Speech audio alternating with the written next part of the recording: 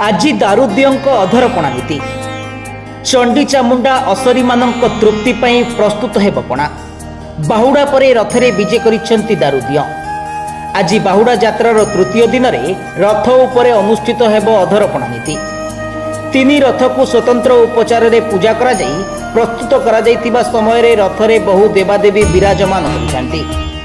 ପବିତ୍ର ଶ୍ରୀଗୁଣ୍ଡିଚା ଯାତ୍ରା ସମ୍ପନ୍ନ ହେବା ପରେ ପାର୍ଶ୍ୱ ଦେବାଦେବୀ ଓ ଅନ୍ୟ ଚଣ୍ଡୀ ଚାମୁଣ୍ଡାଙ୍କୁ ତୃପ୍ତ କରିବାକୁ ଅଧରପଣା କରାଯାଇ ଅଧରହାଣ୍ଡିକୁ ରଥ ଉପରେ ଭଙ୍ଗାଯିବାର ବିଧି ରହିଛି।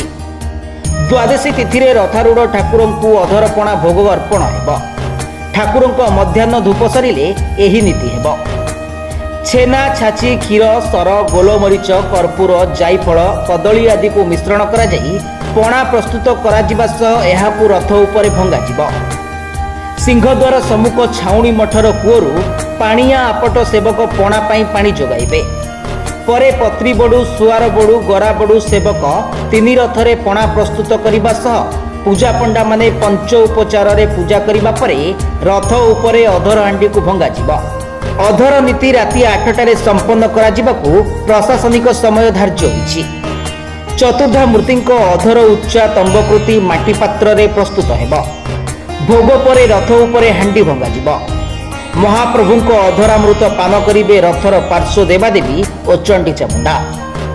ଦ୍ୱାଦଶୀ ତିଥିରେ ଶ୍ରୀ ବିଗ୍ରହଙ୍କ ଅଧର ଛୁଉଁଥିବା ତୁମ୍ଭକାର ମାଟି ହାଣ୍ଡିରେ ପଣା ଭୋଗ ପରେ ଅସରୀମାନଙ୍କ ଉଦ୍ଦେଶ୍ୟରେ ଉତ୍ସର୍ଗ ହେବ।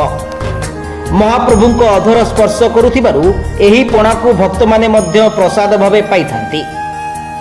ରଥାରୂଢ଼ ଶ୍ରୀ ବିଗ୍ରହ ମାନଙ୍କର ଅଧର ପର୍ଯ୍ୟନ୍ତ ହାଣ୍ଡିରେ ପଣା ଭର୍ତ୍ତି ହେଉଥିବାରୁ ଏହାକୁ ଅଧରପଣା କୁହାଯାଏ ବୋଲି ଗବେଷକମାନେ ମତ ଦିଅନ୍ତି। ପ୍ରତି ରଥରେ 3ଟି କରି 9ଟି ହାଣ୍ଡି ଭୋଗ ହୁଏ। ପାଳିଆ ପୂଜା ପଣ୍ଡାମାନେ ପଞ୍ଚୋପଚାରରେ ପୂଜା କରିଥାନ୍ତି।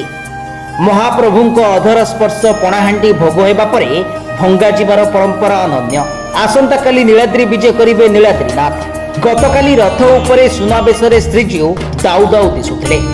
ଶ୍ରୀଜୀଉଙ୍କ ଅପୂର୍ବ ଆଭା ଦର୍ଶନ ଲାଗି ବଡ଼ଦାଣ୍ଡରେ ଥିଲା ଭକ୍ତଙ୍କ ଗହଳି। ଠାକୁରଙ୍କ ସୁନାବେଶ ଅବସରରେ ଶ୍ରୀକ୍ଷେତ୍ରରେ ପ୍ରାୟ 15 ଲକ୍ଷ ଭକ୍ତଙ୍କ ସମାଗମ ହୋଇଥିବା ଆକଳନ କରାଯାଇଛି।